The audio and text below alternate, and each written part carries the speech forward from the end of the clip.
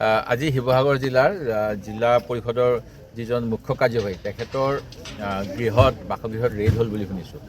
মই অসমত যে অকল শিৱসাগৰ জিলাত দুৰ্নীতি হৈ আছিল জিলা পৰিষদৰ এনেকুৱা মই কোনো বাতৰি মই বিধায়ক হিচাপে মই এটলিষ্ট মোৰ চকুৰ নজৰলৈ অহা নাছিল।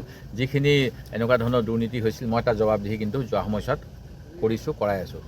আৰু আপোনালোক সকলোৱে জানে যে বিধায়কসকলে কেনেকুৱা গুণ্ডাগাৰ্দি কৰে বুলি মুখ্যমন্ত্ৰী মহোদয়ে কৈ আছে আজি দুদিন আগত। তেতিয়াহ'লে শিৱসাগৰ জিলাত শাসক পক্ষৰ দুজন বিধায়ক আছিল। মোৰ কথাটো নুশুনিব মই জানো।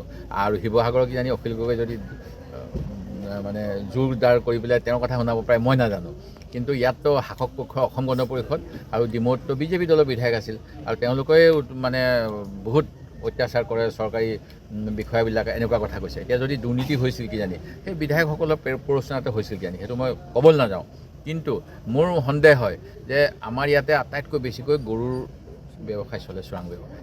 এই ডিমৌত যিখন বজাৰ সেই বজাৰখন লেচিৰ পৰা আঁতৰাই পেলাই আঞ্চলিক পঞ্চায়তক দিছিলে। ময়ো আমাৰ শিৱসাগৰ জিলাৰ উপায়ুক্ত, শিৱসাগৰ জিলাৰ আৰক্ষী বিভাগৰ বিষয়াসকলক যোৱা সময়ছোৱাত অৱগত কৰি আছিলোঁ যে এই গৰু চিণ্ডিকেটটো বন্ধ কৰিব লাগে।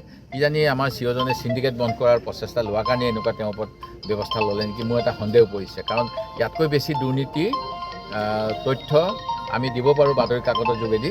সেইবিলাক জিলাত কিন্তু এনেকুৱা ধৰণৰ কোনো ধৰণৰ কিবা কিবি হোৱা দেখা নাই। সেই গতিকে এইটো ৰাজনৈতিকভাৱে কৰা হৈছে নেকি মোৰ সন্দেহ হয়।